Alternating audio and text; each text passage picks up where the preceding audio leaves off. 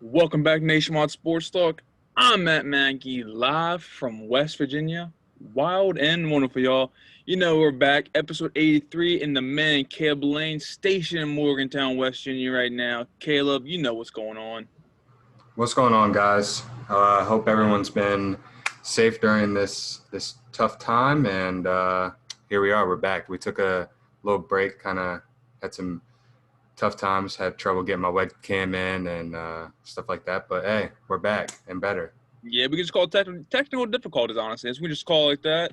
You're now seeing the faces behind Nationwide Sports Talk. We're taking that jump onto another platform on YouTube, and we're hoping we'll broaden the horizon for more fans coming in, so you can see us, hear us on Apple Podcasts still, because we're still going to do that. And plus, get to see what we look like. It's always fun time making a new change. And I think it's time. Nationwide Sports Talk, like I've been saying before, it started with me by myself, sitting on my couch with a microphone hooked up to my phone, doing it that way.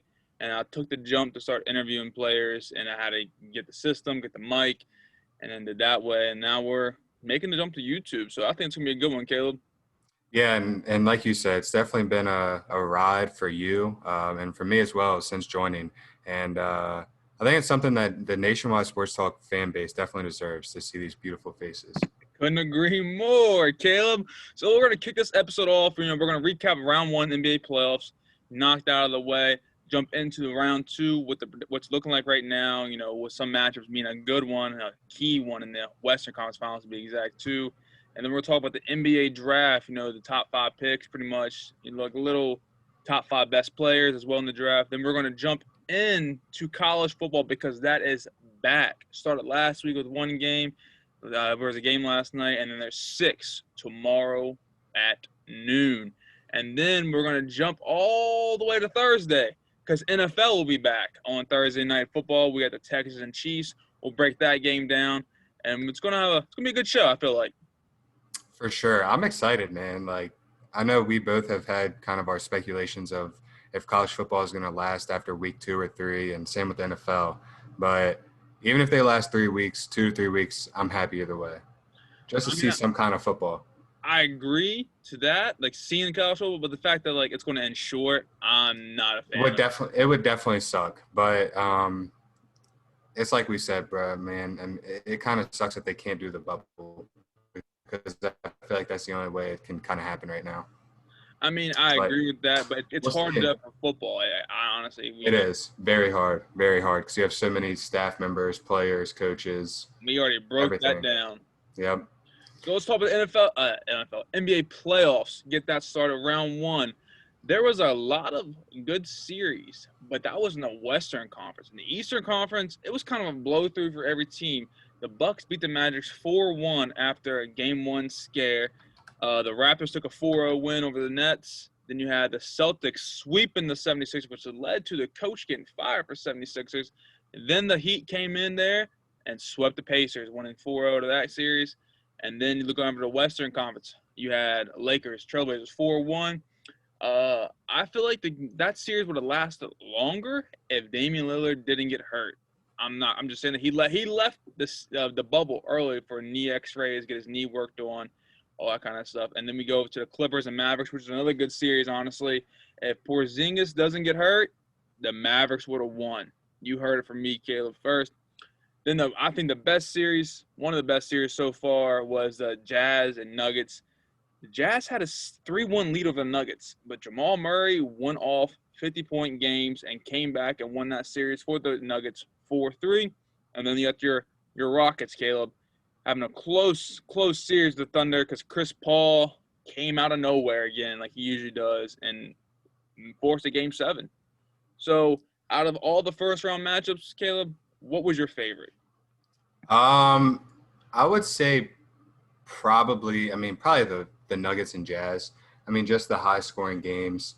Um, I mean, everyone's probably going to say that the Rockets and OKC was probably the best series, but as a Rockets fan, that being that stressful was not fun for me to watch. But I mean, all the credit I can give to Chris Paul because he took a team that is young and still kind of developing in the NBA and being the leader that he is led them to almost upsetting the Rockets. Chris Paul was on another level, and I'm not gonna lie, James Harden didn't play very well in Game 7. He didn't at all, and I've seen a lot of people, giving him hate for it, and he definitely deserves it. But I mean, it's tough. I mean, you're playing bubble basketball. Like I feel like everyone's just kind of drained out at this point. You can tell and look at Jamal Murray's face in that Game 7 after he won. He was mentally drained, and it I actually mean, showed in Game 1 against the Clippers. I mean, you're pushing yourself. I mean, 48 minutes a game, and then you're turning around. You can't see your family, can't see your wife, your kids. It's tough. It's mentally draining, and I couldn't imagine going through that because you're putting your heart out there every night or every other night for basketball, and yet, like I said, can't see your family or kids. So definitely tough. But yeah, like I said, I think the Nuggets and Jazz, just because of the high scoring games that Jamal Murray and Donovan Mitchell were able to put on. Donovan Mitchell, I don't know why, but I forgot to mention him, but he helped lead the Jazz to a 3-1 lead. He helped them out tremendously. And my thing is this, he needs more people around him to lead if he wants to keep being and producing what he does, because he can't do it all. But I mean, with Jamal Murray, he had Nikola down there with him, so it was kind of like an even thing right there for him. But then Donovan has Rudy Gobert, but Rudy Gobert, we all know about the whole Rudy Gobert, COVID, all that stuff. He wasn't 100%. I knew that, and he didn't produce much in that series. It was all Donovan Mitchell by himself. Yeah, and I think, I mean, I'm going to touch on what you said earlier. I really think the Mavericks could have upset the Clippers if Porzingis didn't go down. I mean, just how good they looked, the 2 games that they won. And then, I mean, the first game that they lost, they played amazing basketball. Oh, yes, 100%. I mean, it's not like they, struggled or turned the ball over too many times. That they just played a better team. That's all it really came down to. But the way this Clippers team's looking, man, I mean, Lakers, I feel like kind of have a easy one because Rockets are going in struggling right now. And then they played tonight, so they only had 2 days break, or a day break, and then the Lakers had 5. So I think the Clippers are really kind of, I wouldn't say in the lead in this whole thing, but kind of have that little advantage right now, just because, I mean, you're playing a Nuggets team that isn't too great. I mean, they're still young, and I feel like they can kind of get past them a little bit easier than Lakers will the Rockets.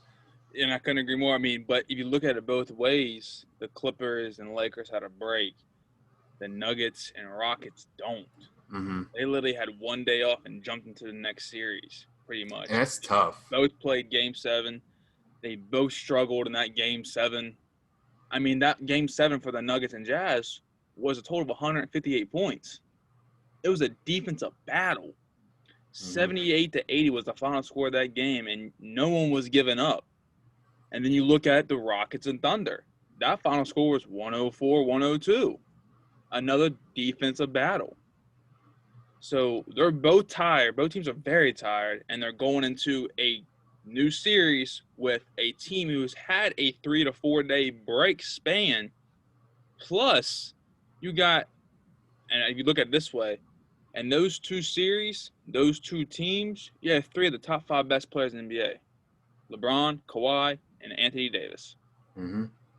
And you have a Paul George who finally went off in that Game 6 for the Clippers, so he's kind of feeling it now. Yeah, he's and rhythm going.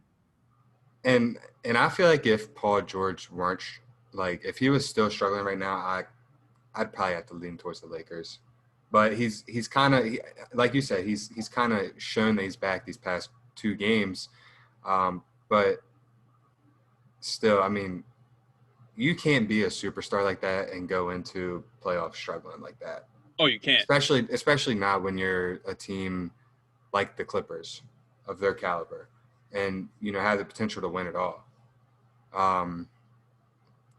But did you get a chance to watch any of the games last night? I did. I definitely did. And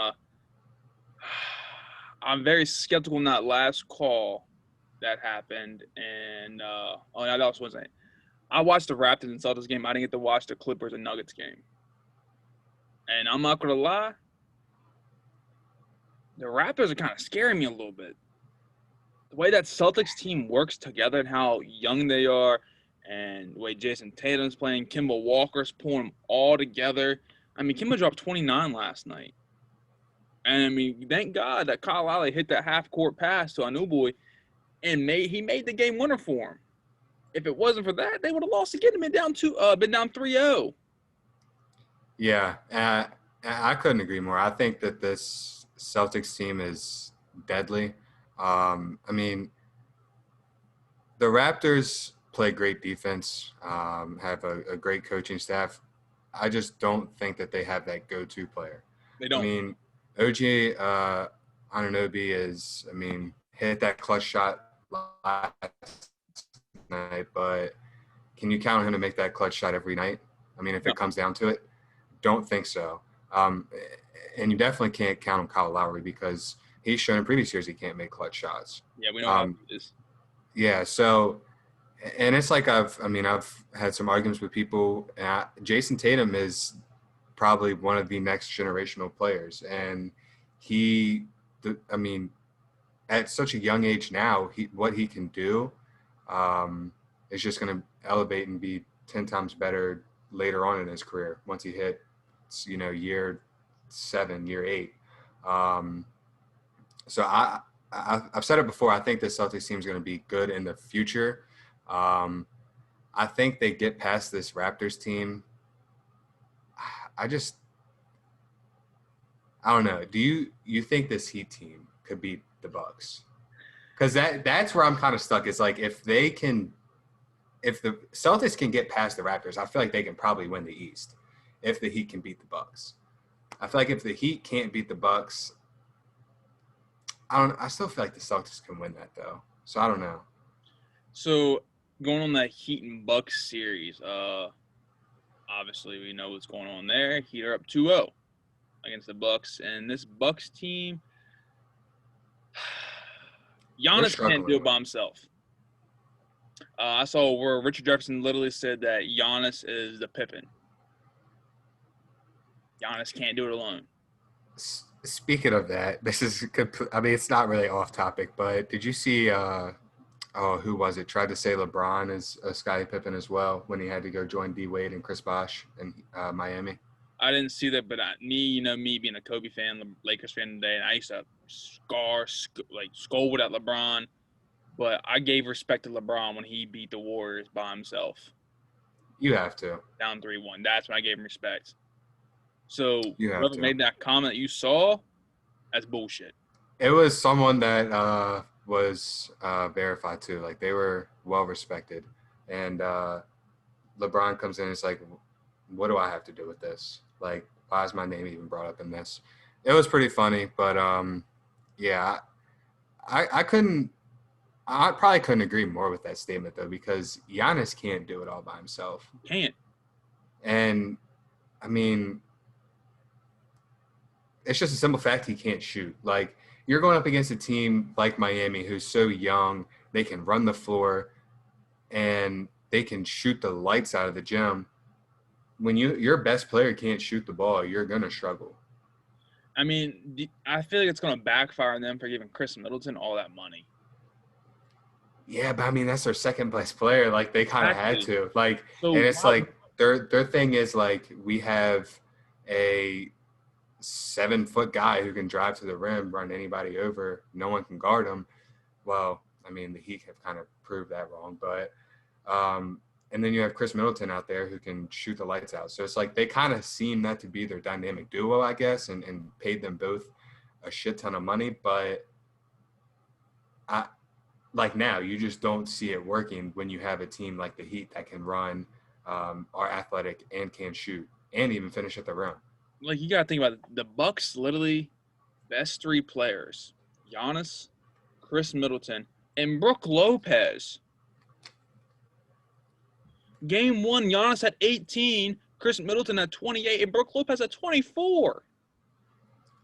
And they're all their big men. So it's Exactly. like, I mean, going along with that, like with the Chris Middleton and Giannis trying to see that as their dynamic duo, I guess their whole philosophy is try to go big. Like, the Rockets' whole philosophy is let's go small ball. Maybe the Milwaukee's is go big, but To me, if you want me to go big, personally, I just don't see that happening in today's NBA. no, because if you want to go big, you gotta guard the outside shot. Because Jimmy Butler dropped 40 points on game one. Yeah, Goran and Dragic dropped 27. well, and they're lucky that, from what I watched, Tyler Hero couldn't make shots. Goran Dragic even missed a couple of shots, and Jimmy even missed a couple of shots. I mean, there was times where a couple players have missed a decent amount of shots, and they could have been up even more. If you look at it this way, you have that game one, the Heat shot 12 for 31 for 3 points. Okay, Tyler Hero came off the bench, dropped 3 for 6. Jimmy was 2 for 2. And then you had Goran Dragic 2 for 5 from 3. Those are the three main ones. And then you had Jameson Crowder shooting 3 for 7. First of all, why are you shooting 3-pointers, buddy? Know your role. Get the hell down low. My bad. I'll say there. But having Tyler Hero come on the bench for the Heat is kind of great to give Goran Dragic that break if you want to look at it that way. Plus, they have an unsung hero kind of down there in the Heat who's one of the best 3-point shooters in the league, they say, is Duncan Robinson. Yeah, Undrafted from Michigan, on average 9 points his senior year in college, and he's one of the best shooters. He's made the most 3-point shots out of any undrafted player in NBA history. Yeah, he's, like you said, he's an unsung hero down there because, like you said, undrafted, really struggled. His junior year, he had a really good year at Michigan, I'm pretty sure. If you But look at his senior year, he did. he came off the bench. But I think his junior year, he had a pretty good year coming off He the went from bench, right? D3 to D1. He was a D3 player his first years of college, transferred to Michigan, and then his senior year he came off the bench. And then this past game 2, he dropped 13 points, 3 for 8 from 3-point line.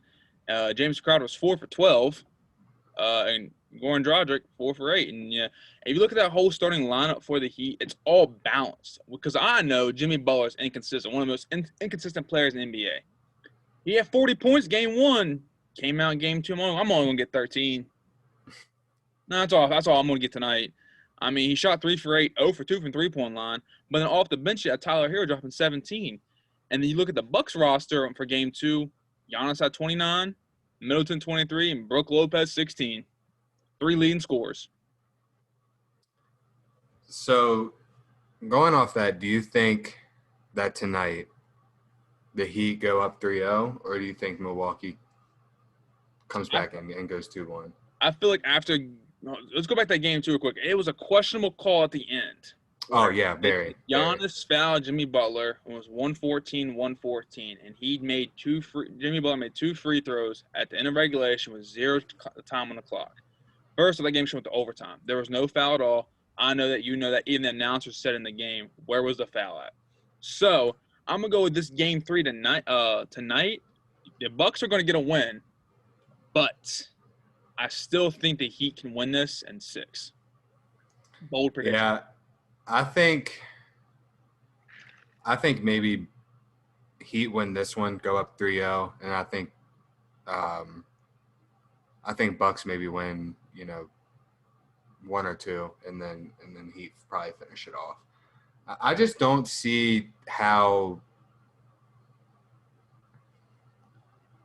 I can't say that because I could definitely see how they could win it because of Giannis. But other than Giannis, I don't see how you can win the game without shooting, like I said before. I mean, having a team that can shoot this well from 3 and yet you can't shoot threes on your team, you're going to struggle. And I feel like even if they pull back and win this series, I feel like they'll struggle either way in the conference finals. Oh, I agree. And I feel like if the Bucks play the Celtics, you're gonna call me crazy. I think the Bucks would beat them in 5. Right. I think the Celtics would beat the Bucks in 5. Yeah. If the Celtics play the Heat, that's a game 7 right there. I definitely think that's a game 7, and that would be a hell of a game 7 too. Exactly. Like they would be all games would be great because they're both young, great teams that run the floor and shoot. I mean, Because I don't think it's there's no way the Raptors will beat the Celtics in series. No. I feel like the most is going to go 6-4-2 Celtics way. And that's how I feel with the Heat and Bucks. I think it's going to go 2-1, and then game 4 will be the Heat being up 3-1, and then game 5 Bucks, game 6 Heat again. yeah, yeah. I just like you said, I really don't see a way that Toronto can beat the Celtics. Just I think that they're just a little Celtics are a little uh, too talented for that Raptors team right now. I mean, the Raptors team is really good, but the Celtics team's different. It's showing now the Raptors need an all-star player Mm-hmm. if they want to make it far. Yeah, you made it far with that one, but it's playoff time. You need one. Yeah. So for the final game, I mean, let's talk about this Rockets Lakers. I mean, I can't say after Lakers, watching the last, yeah, I can't say after the last series that I think the Rockets are going to do anything special. I Like, think me being a Rockets fan, I wouldn't be surprised if we got swept. I don't think they're gonna get swept. I think it's gonna be one game, and I think LeBron will take all. I think the game's gonna be game 3. With LeBron knowing he's up 2-0, he got a little cushion a little bit. He's gonna take off a little bit, relax, sit out for a little bit, and then all right, y'all get the win. It's gonna end in game 5. I think it's gonna be a 4-1 win for the Lakers. I just need James Harden to get a ring. That's all I need. All right. Don't know if it'll happen though. Call up the front office, tell him to get a big man for him. Yeah, well, I Because mean, you who's see guard how that Anthony went. Davis? Who's gonna guard Anthony Davis? Well, and see, here's my logic on it. Why would we get rid of, I mean, Capella was arguably one of the greatest big men in the league whenever he was with the Rockets because he fits so well with the system. And then now, we wanted to get rid of him because we bring in Russell Westbrook and play small ball. If we had a big man plus Russell Westbrook and James Harden, I feel like we'd be perfectly fine in the series. But there's no this way small Robert ball, Covington is guarding Anthony Davis, and there's no way PJ Tucker is going to guard him either.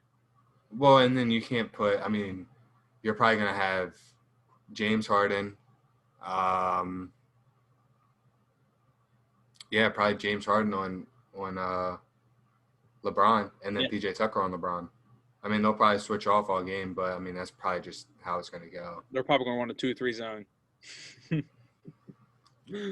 It's not gonna be good. The only way I would say this, the only way the Rockets can come out and win is if they somehow just get ridiculously hot, come out and make every single shot they throw up every single game. And then at that point, no team's just going to be able to keep up with them. I mean, they could, if they got hot to the point where they make almost every shot that they put up, every 3, and just run the floor, play good defense, even if they didn't play good defense, I feel like they'd be perfectly fine throughout a series. It's not. It can't. It can't. But, I mean, you can't stop Russell Westbrook and James Harden if they're hot. I mean, it's just kind of impossible. Yeah, and I agree. But, I feel like you look at the Lakers team, they're not one to talk. Mm-hmm. They don't talk to piss somebody off. No. And that's when Westbrook gets hot, if he gets pissed off. Yeah. I mean, you piss Russ off and you're just asking for it. And like you said, they won't really chirp that much at him. I mean, I don't really think anyone would chirp at him. Maybe JR. JR might be off the Henny and he might chirp a little bit, but that's about it. Off a stogie. Yeah, that's about it. All right, let's move on to the NBA draft. So NBA draft has been announced. Top 10 picks. The top 10 draft order goes from 1 to 10. Timberwolves, Warriors, Hornets, Bulls, Cavaliers, Hawks, Pistons. The Knicks get all the way down to the 8th pick. The Wizards, and then Suns.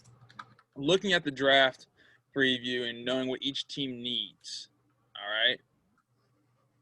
Who do you think will be the number one overall pick? Um, I'm You already know I'm who I'm going to say.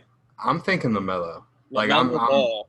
I'm really sold. I'm really sold on LaMelo going to the Timberwolves. I think number one, it would be a great fit. And I really think that Timberwolves team would be a deadly team to reckon with if they could get their chemistry together with LaMelo there. Um, to me, it just makes the most sense for the Timberwolves. I mean, you're a struggling team. The kid's been a superstar since 14. he could walk. I mean, it's it's the same way with every one of these athletes, but LaMelo is just he's different. I mean, the He, limelight's been on him different. He's handled it different. he's took so many Um, different routes. that too, and the European ball really, I think, helped him expand his game. I mean, Um, I feel like, so this is how I look at it. So, you know me, I've been a big baller brand fan since the day I've found out about it, and I've followed the family. And from LaMelo did, leaving high school, going to play in Lithuania, he didn't play that much. Came back with his brother Leangelo and played in that JBA bullshit, that one season thing. Yeah, he shined in there, but let's think about it. you're not playing great talent. No, you're playing like street ball pros, pretty much. That's how I look at it. Like It's kids street who, ball with the referees in an arena. yeah. And then he left there, went back to high school at Spire Institute Hoop, and he played with 3 top 25 high school players in the nation, one in each class. And then he found out he couldn't play college basketball because NCAA because that shoe deal that the big baller brand did for him, because it shows that he didn't take any money for Lithuania. His dad got it all. He didn't get any money through JBA because it was all free for him. Only thing that happened was that shoe that big baller brand came out with his name on it. That's why he didn't get to play. So he takes the route and goes all the way to Australia to play, and that's where his game shined, I feel like. I mean, I feel like even though he didn't shine over in Lithuania, like still played professional basketball as a 17-year-old, right? Yeah, but you got to think about this too. Like he was in a 16, 17-year-old mindset still. He didn't want to wake up, go to practice. He didn't want to wake up, go to Oh, meet. no, no, no, no. I completely understand that. Trust me, I would not want to do that either because he's in a completely different time zone too, so he has to get used to that too. So that's 26-degree definitely weather. well, and yeah, I mean you're in Cali, boy, we completely ain't never different, dropped below yeah, 55. yeah, completely different circumstances. I mean, like you said, the weather, then the time zone difference, and then going from being a high school kid to being professional and having to wake up at 6 a.m. to go practice and all this other stuff. Um, I mean, just look at Luca and Porzingis and all these guys who have come or now starting to come from overseas into the NBA. You look at the league that the team he played for was in. They weren't in that league. Well, but I'm saying like just the overseas basketball, they teach it differently. Like they teach you the true fundamentals of basketball. That's what I'm I saying. agree with Like, you. Yeah. and I feel like that is a key. I mean, obviously, LaMelo obviously had all the fundamentals, but I feel like just constantly being drilled on the fundamentals of basketball and just, this is how you dribble it, this is how you shoot it, this is how you play as a team, all that, just the fundamentals of how to play basketball. I feel like really, I mean, obviously as a 16, 17-year-old, you're not going to, oh, I already know all this about basketball. Why are you teaching me this? But really, he probably won't notice it now, but I think once he gets to the league, we'll really notice that it helps him mature as a basketball player and, mature as a player in general. I mean, I just think that it's hard, man. Like I said, for a 16, 17-year-old to go overseas and play basketball, like you said, waking up at 6 in the morning with the 26-degree weather, being from California, it's completely different. Like, And plus, like different lifestyle. he used to have his family with him all the time. Right. I mean, His brother. yeah. Yeah. I mean, it's tough, man. Going from being a popular kid like that, having your three brothers plus, all your friends over all the time playing basketball to not having anyone over, barely seeing your brothers, barely seeing your family, and probably not that many people recognizing you out in the street And in 26-degree weather. did you ever watch their Facebook series, Ball in the Family? Yeah, so I watched a little bit of it. I kind of got lost up in them, forgot where I was, so I stopped watching them. When they were filming him when he was in Lithuania, like they literally said he's miserable. They were good. He's miserable. Like he hated it out there. He even said, "I hate it out here." Yeah, I remember one episode. Try not to drag this out too long, but I remember one episode he did say that like he was sleeping, like I think it was Jello or someone was banging on his door for like 10 minutes, and like he was just knocked out. Like just he hated it. Like you can just tell he hated it when he came to the door. Well, and plus you think about too, like he's used to being an all-star. Like he's used to being the star of a team, and he goes over to Lithuania, and they're like he's even teammates besides his brother. And the coach look at him like, "You're a 16-year-old boy. You ain't playing that much." Yeah, well, and I mean it's kind of tough too because they speak a completely different language too. Yeah, so I mean they could be talking shit about him too. Yeah, which sucks, but. So after LaMelo Ball, overall, who do you think the 2 and 3 pick would be? Who do you think the Warriors? So the Warriors have the second pick. Yeah, I think Warriors are getting James Wiseman, and I think that team is going to be the West is going to be fucking scary, man. Like it's going to be ridiculously scary. If the Warriors get James Wiseman, plus Klay Thompson coming back completely healthy after the whole bubble, and then Steph Curry coming back completely healthy after the whole bubble, that team is going to be scary for the future. Plus you have Draymond, of course. I'm going to stop with the Warriors real quick. So this might sound like messed up to say. Do you think it couldn't have been any better for Klay Thompson to get injured this past season? Not really. I mean, think about it, like the season. It's kind of the best timing for him. That's one of the best timing. That's what I meant. Mm-hmm. Yeah. I mean, obviously, it's never good for a player to get hurt. I agree. But I feel like he probably I feel like he probably feels the same way. Like, oh man, I'm so glad I got hurt, this year instead of next year when, we have. I mean, they probably honestly wouldn't have got a top 3 pick. They probably wouldn't have got a top 10 pick if James or if Steph and Klay were healthy all year. Yeah. So I feel like they and then you have the whole bubble of the pandemic, and like we always say, would there be an asterisk next to the title, whoever wins the championship? Yeah, and I mean, I feel like they probably had in the back of their mind anyways, like, we struggled. I mean, they didn't have, like I said, Klay throughout the year, and then Steph kind of battling like 10 games. Yeah, him battling injuries kind of throughout the year as well. I feel like they kind of were just like, you know what, we're both kind of just glad it happened. Because, and it's like, people don't understand, like, every team that has a top 10 pick is pretty much terrible.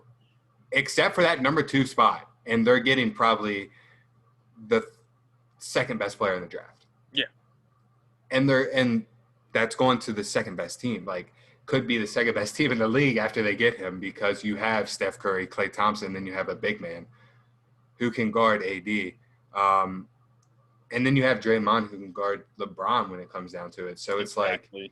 Like, is this team really scary? And I don't know. I think the Warriors are probably locked in. Like, I feel like that's probably their lock-in pick is why. Because they need a big man desperately. They don't need any shooters anymore. They got Steph and Klay. They got Draymond still. It just wouldn't make sense to even – so say if – I mean, it doesn't make sense for the Timberwolves to take James Wiseman. No.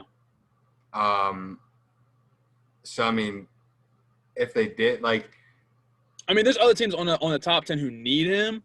But they just don't have the chance of getting him. Exactly. Because I feel like this draft kind of works out perfectly for especially the Timberwolves and the Warriors. I mean, you get, like I said, 2 best players in the draft, and you're not bad teams. And you got to think about the Timberwolves too. Have D'Angelo Russell, Anthony Towns. Yeah, they still got. That's my biggest thing is, like, how good could this Timberwolves team be if they really got their chemistry together? Because Like, you don't got to pay LaMelo a max out deal off the bat. He's getting that rookie not at all. contract. Yeah, and I mean, still has a shoe deal too. His shoe sales are probably going to go up a ridiculous amount. Exactly.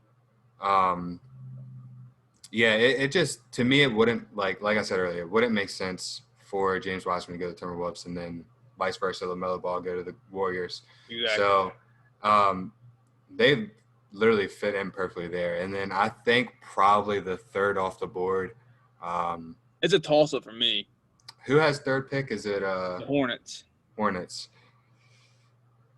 They need anyone. So to me, it's between Anthony Edwards from Georgia and Obi Toppin from Dayton.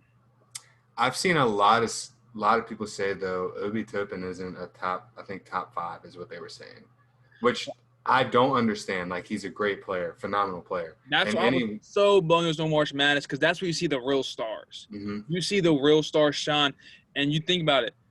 That's where some players get picked from the second round, the first round, because how good they did in that March Madness. Yeah, and I mean, this year is just going to kind of have to go, like, this draft's pretty much just going off how you did in your previous years, how you built up your resume throughout your previous years of college basketball, and I mean, even high school. But, yeah, I think I've seen a lot of people talking about, what's this dude?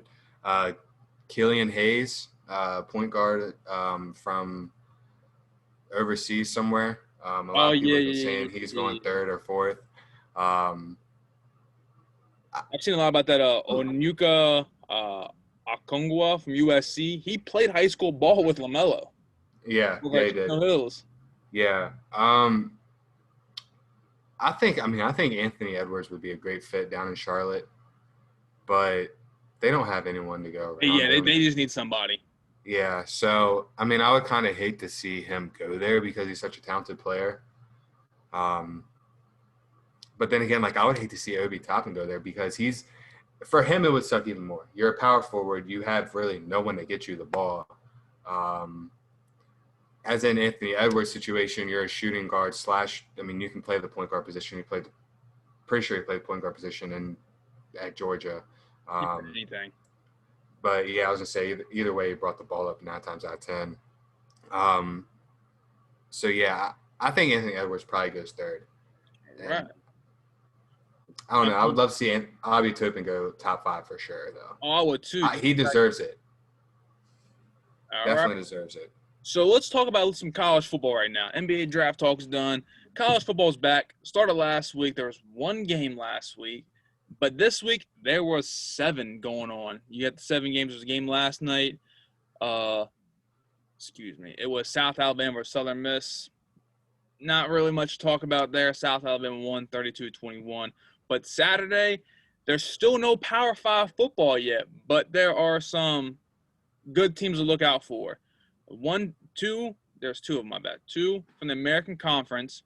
1 being SMU taking on Texas State. We see Shane Buechele, who we talked about highly and so much last season. And then you got Memphis, led by quarterback Brady White. They take on Arkansas State. So I'd probably watch one of those 2 games tomorrow, not going to lie, because I'm a big Shane Buechele fan. I'm a big Brady White fan. Memphis is playing good ball. They had the past seasons. I mean, they won, 11 games last year? I think it was 10 or 11, yeah. 10-3, 11-2 is one of the 2. SMU, Shane Buechele helped that team be 6-0, and then they went on downhill from there. But either way, both teams lost their running backs. Both teams lost their receivers. But the star quarterback's back. I'm not going to lie. And it's good to see that the 2 best teams in that American Conference are playing the first day. So out of those 2 teams, Caleb, who do you think will be who do you think was Sean Moore? Let's go that way. Sean Moore. I'm really excited to see this SMU team play. Like you said, we think almost every week was on our yeah, he was on our Power 5. So I'm really excited to see how Shane Buechele comes out this year because it's his senior year, right? Yep. Last year. Yeah, so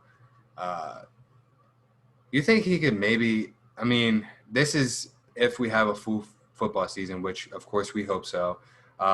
You think maybe with like a season he had last year, if they don't have that downfall after the 6-0, I feel like he probably could have been in talk for maybe the Heisman. Shane Buechele? Yeah. Well, and then now I think maybe, I mean, you don't have Justin Fields not playing. You don't have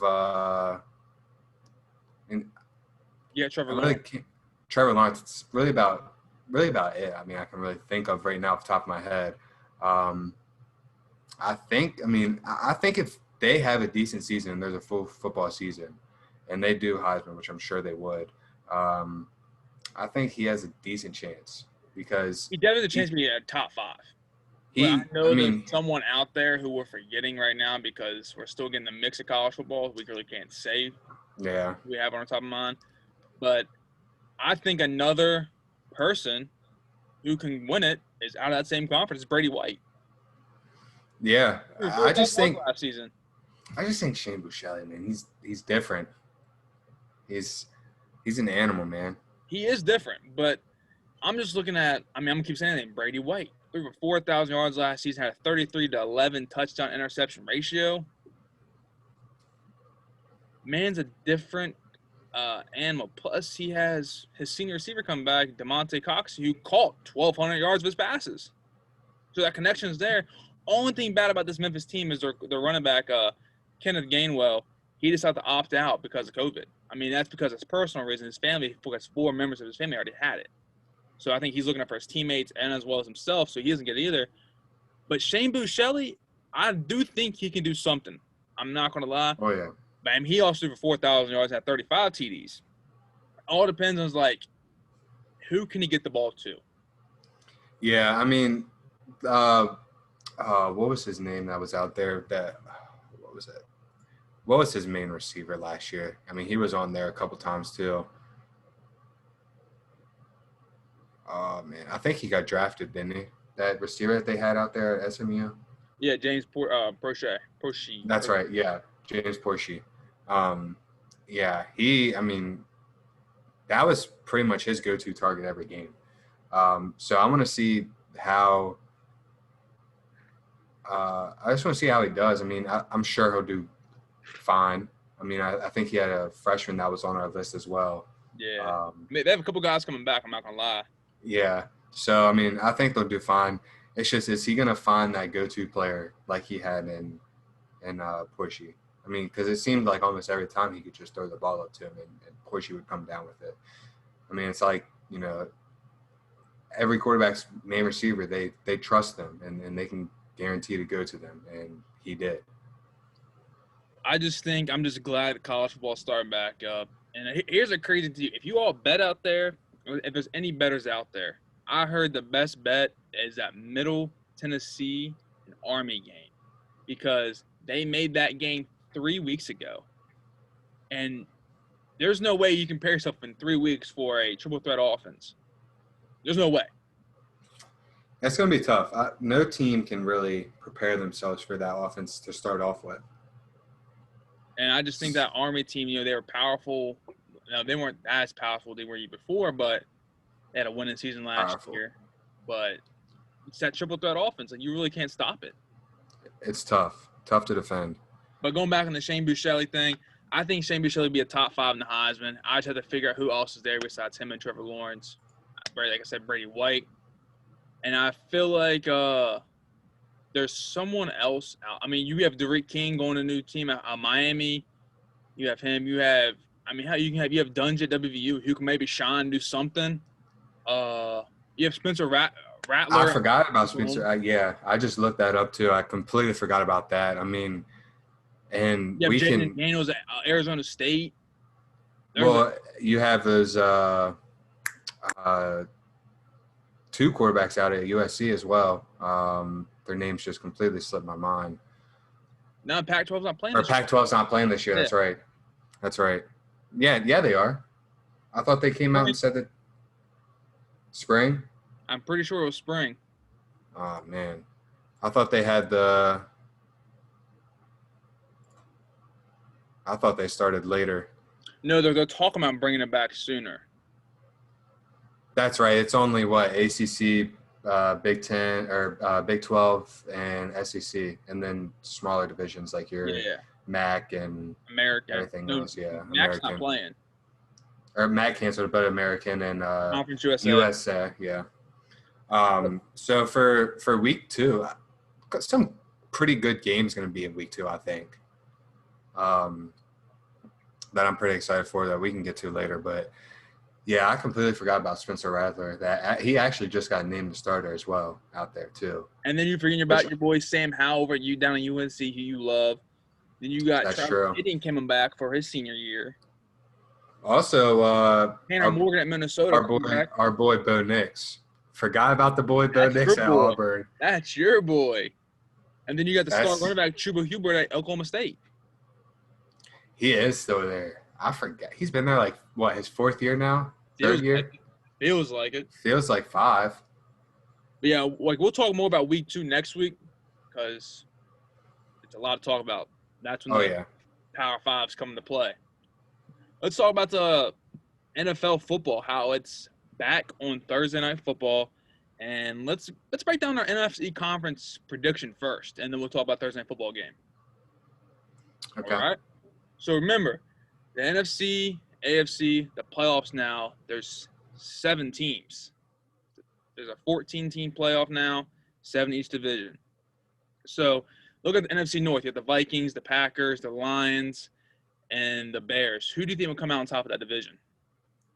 I think Packers come out on top of that division. I'm going with the Vikings because I was between either the Vikings or the Packers. I just think that the Packers are a little bit more of a solid team, I feel like. See, I think otherwise. I think the reason why the Vikings are going to come on top because the Packers did Aaron Rodgers dirty, first off, in that first-round pick. Aaron Rodgers not getting along with the head coach. I just think that there's a lot of, like, inside the locker room turmoil going on, and the Vikings are more well put together. You have Dalvin Cook, you got Kirk Cousins, Adam Thielen still, Kyle Rudolph, and that defense come back with the great DBs with Harrison Smith. My thing with that is you think, like, I don't see Aaron Rodgers as that kind of – like, he's a competitive person. I do not see him as that kind of person that's going to be like, y'all screwed me over. You know what? Here we go. Oh, No, that's I'm not saying that. It's just the fact that but I'm just saying, like, I don't think once game time comes, I feel like Aaron Rodgers is gonna completely not forget about it, just be in the back of his mind. It's gonna be something that he's. I'm going with off the fact that like coach calls a play, now I'm audible in that. That's Maybe how I'm looking at it. I could definitely see that, but I mean, it's like you're Aaron Rodgers. Like, you're not gonna make the wrong call. Like, if you're audibling to play, you obviously know that either something's wrong or I obviously didn't make the right play. Like, you've been a guaranteed, starting quarterback in this league for years. You're already solidified yourself as a Hall of Famer. I mean, I'm not going to question you. Like, you obviously have done something right in your career. Exactly. But I don't know. I just think that the Packers – I did have one question about them, and it is a receiver core. Because, like you said, it can't be Devontae Adams. Well, and the quarterback, I mean, you go out and you get Jordan Love, and yet don't have a receiver. Like, what's going on there? So, do they even have a tight end? I don't think so. And if they do, he's probably like third string tight end 2 years ago. Jimmy Graham gone. I don't know. I mean, I still have faith in the Packers. I'm gonna hold my faith there just because I want to see Aaron Rodgers win that division. But yeah, I mean, Vikings are a solid team. I definitely agree with NFC South, Caleb. Yeah, the Saints, Falcons, Buccaneers, and the Panthers. This is a tough one. Obviously, we all know who's going to be on top. It's between the Buccaneers and the Saints. But who? Who's going to be the number one dog? I definitely think Buccaneers, though, are going to end on top. So when I made my list, I had the Saints. But once I found the Buccaneers picked up Leonard Fournette, switch. That offense is deadly. I mean, what's that? Three good running backs in your backfield now?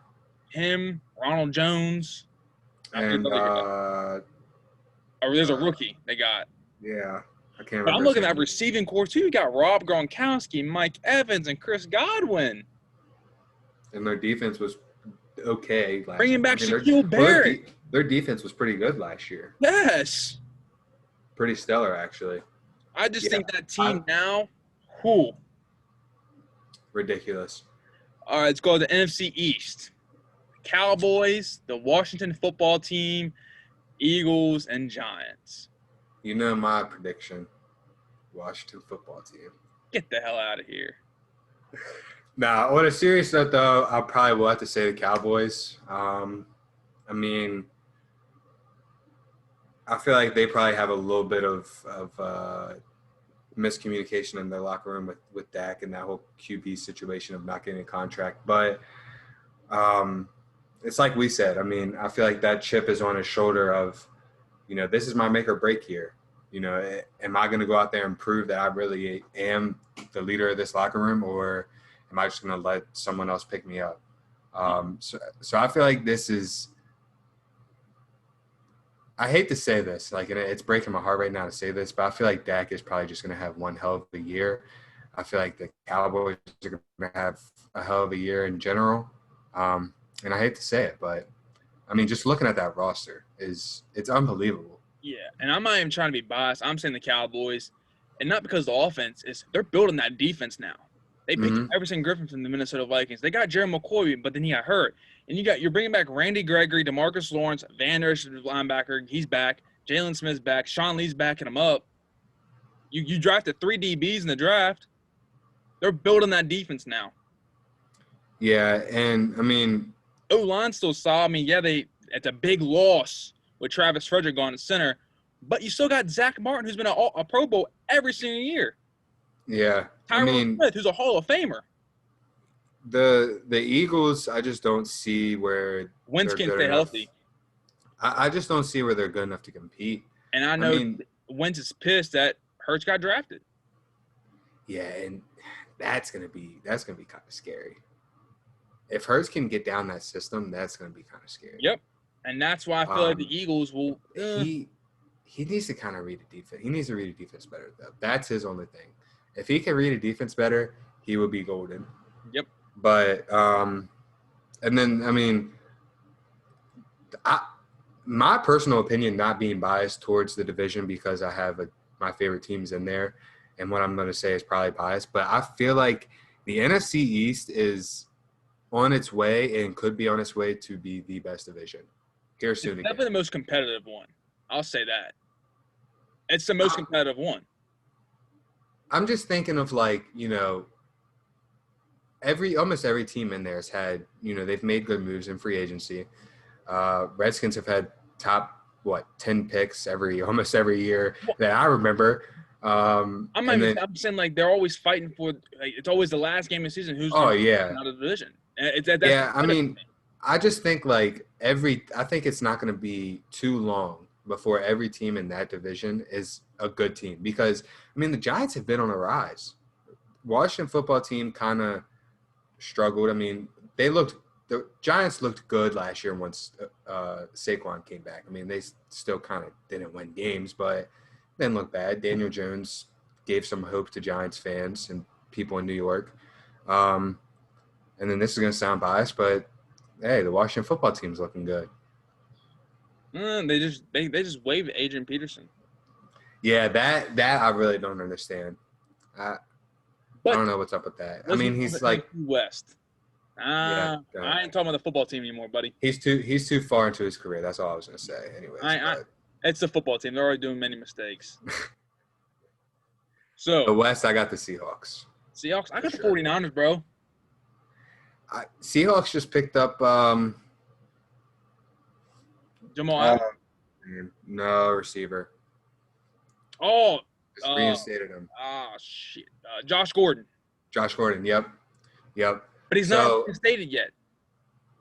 I think he is because I think since the NFL passed the drug test, it's like how marijuana is not in the illegal substances. I don't think he'll have a suspension when he comes back. So I think he will be reinstated.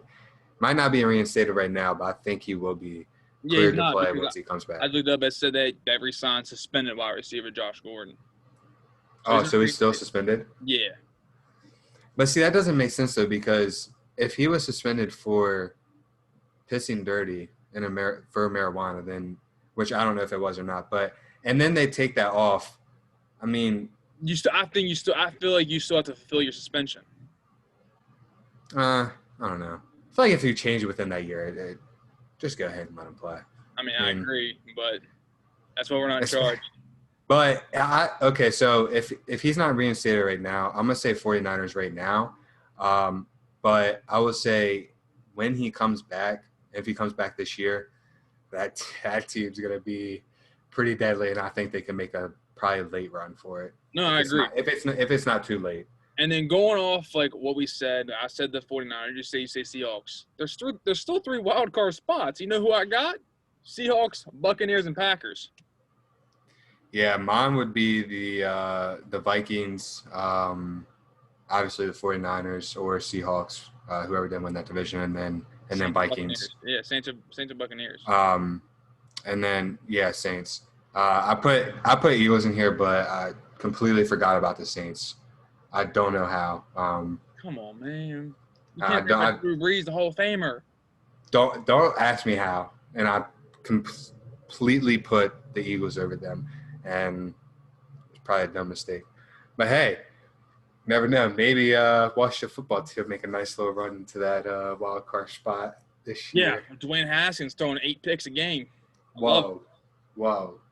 He did not throw a lot of picks last year. Yeah, because he barely played. Yeah. Just go ahead and start Alex Smith. They were paid off officials, okay? Just go ahead and start Alex Smith. Our coach was having beef with our running back for messing around with the same girl while also doing illegal things with our owner and also selling our cheerleaders. So they had a lot going on in that locker room. We got to cut them a little slack. Businessman. So in the second 12, talk about Thursday night football. The first game of NFL is back, and it's the Texans taking on the defending Super Bowl champions, the Chiefs. I ain't gonna lie, I think the Chiefs are gonna blow them away.